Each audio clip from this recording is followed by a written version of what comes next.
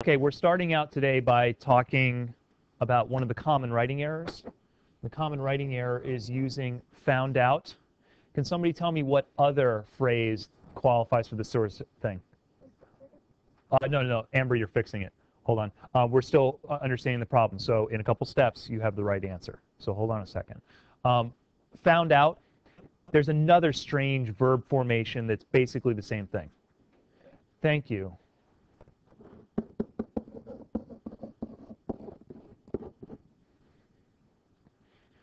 I have a personal distaste for any verb that requires a preposition attached to it and dangling on the end. It's bad writing. And it's bad writing because whatever this meaning is should be folded into the verb. You should use one word to express yourself. The English language is vast and contains quite a lot of verbs, and they're very precise. We were talking this morning in first period about one of my favorite words, my favorite verbs, lobotomize. It's a beautiful verb, lobotomize, to cut the frontal lobes of the brain. I love it. It's a great verb. English is filled with wonderful verbs. But you guys use this very restricted list, and then you make strange formations. And when I say you, I shouldn't say you because it's really we. We say figure out, we say found out. But a number of other verbs exist that are better.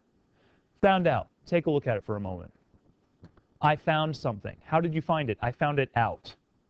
What? Why didn't you find it in? Why didn't you find it up? Why didn't you find it above? I don't know. I found it out. Doesn't really make sense when you look at it a little bit. I figured something. How did you figure it? I figured it out. Because it was in something, so I figured it, and now it's out of something. The preposition doesn't make sense. But this is our slang form of speech. This is the way we speak informally. It's not precise. You can use better words. Like, Amber, discovered is an excellent substitute.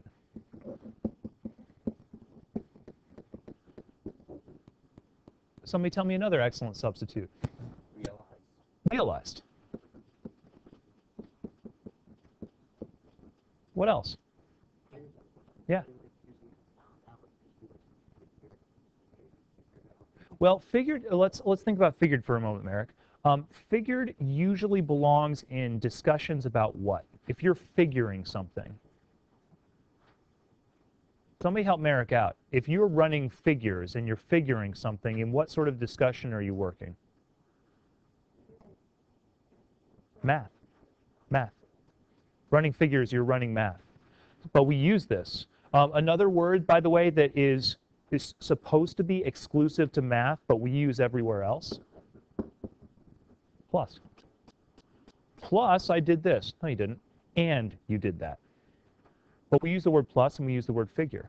So, Merrick, I would not use the word figure unless I were talking about shapes or mathematical computations, because that's where it belongs. Discovered, realized.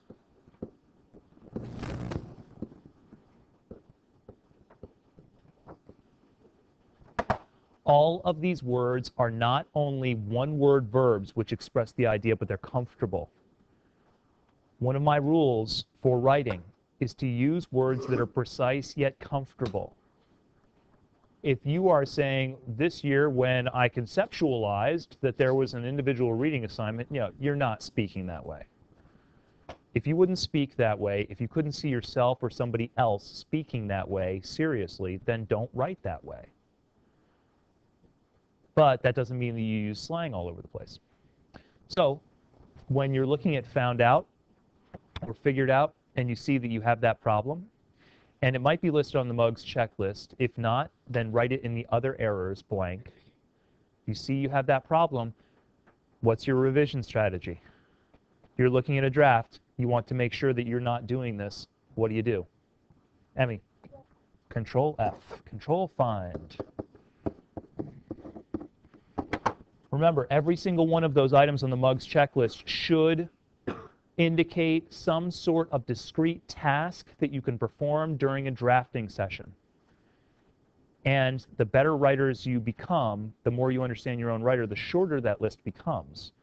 And then you say, okay, I'm going to do Control F for thing. I'll check out my passive.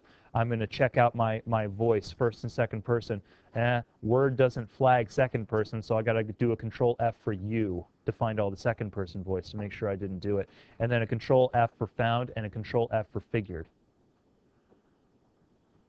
How long would that take? I'd say that's taking 5 minutes, maybe. And you can spend 5 minutes on proofing, especially to avoid the point loss. Good? Yeah? Do we have another? Haley, are you on something else? Go.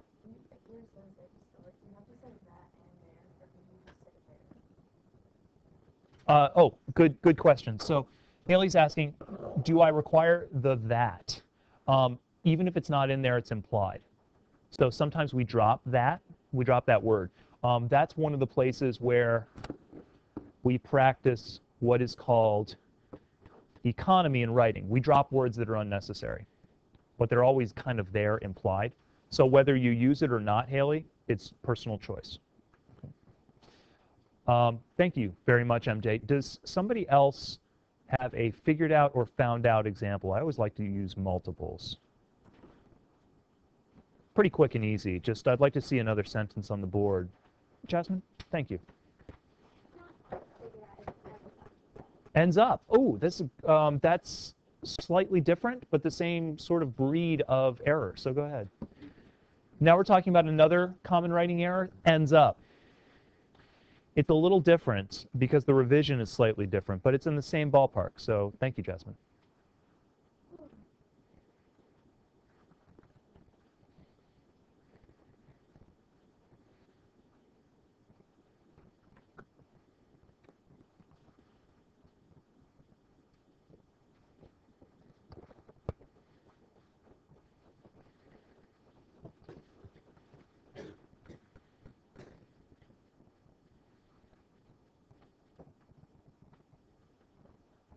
Good?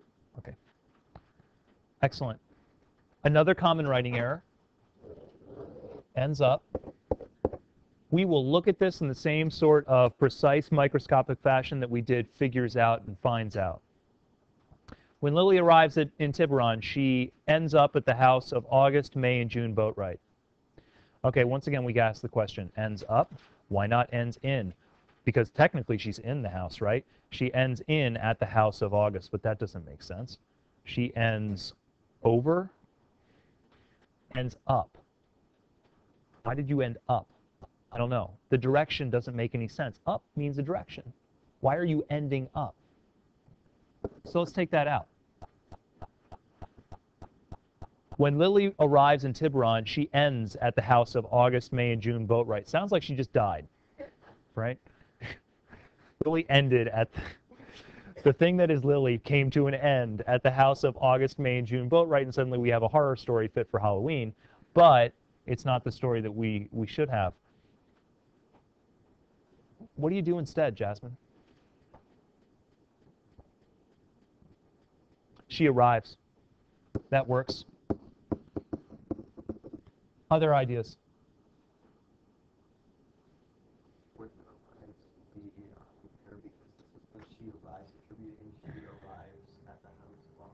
Sure. So there's redundancy. So arrives would be good, except in the context of the sentence it doesn't work. Good. So do you have a suggestion? I have a question about commas. You did a comma before the and. Yeah. I've seen like both. No. Tell you what, Samantha, I'll address that in just a moment.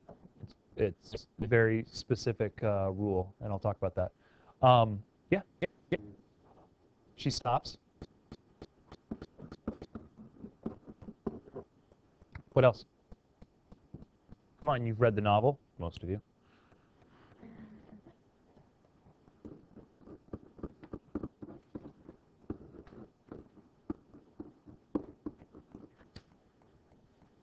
Why don't you say she goes to? Excuse me. When Lily arrives in Tiburon, she goes to the house of August, May, and June Boatwright to stay. Could I just say she stays? I could, unless I wanted to indicate that sort of traveling action of going. But saying she goes there.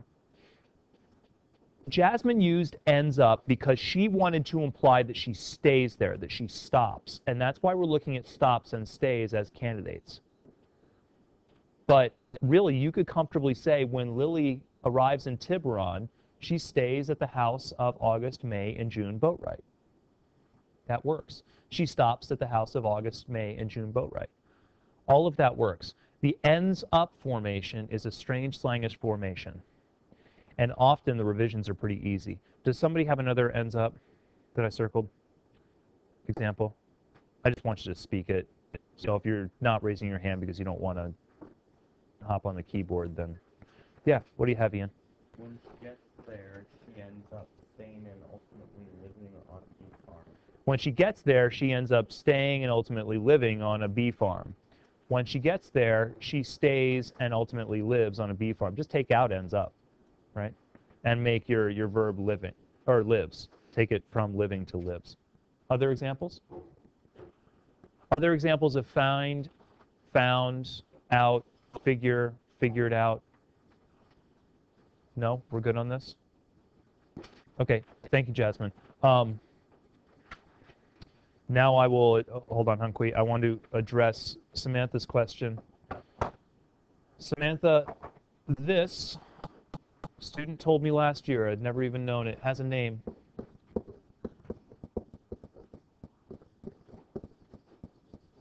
It's called the Oxford comma. The Oxford comma is the comma placed before the conjunction in a series of 3 or more items. By the way, you should more than be able to understand everything I just said. A comma is placed before the conjunction in a series of 3 or more items. It is optional. However, here's been my experience and the experience of other people I know. Younger writers use it because it's been more fashionable in the past 20 or 30 years to use it. Older writers don't, because in previous years, it was not fashionable to use it. It's an option. I use it, and I always include that comma in your writing because I find that it avoids more problems than it creates. I like the division, August, May, and June Boatwright. Why? Let's see if I can dream up an example that will show.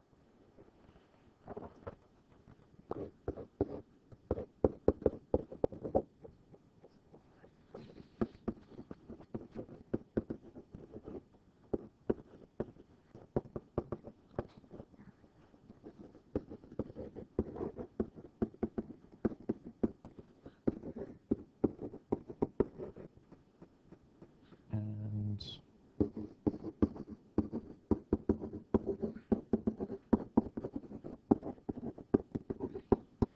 I have no idea.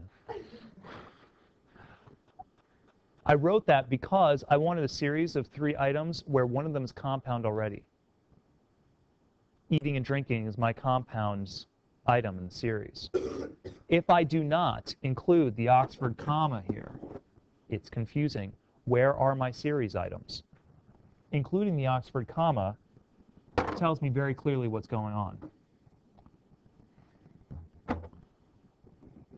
If I don't include it, I don't know what I'm talking about. I like sleeping, eating, and drinking, and running in the rain. Now I'm drinking in the rain, which I do with my head up like this.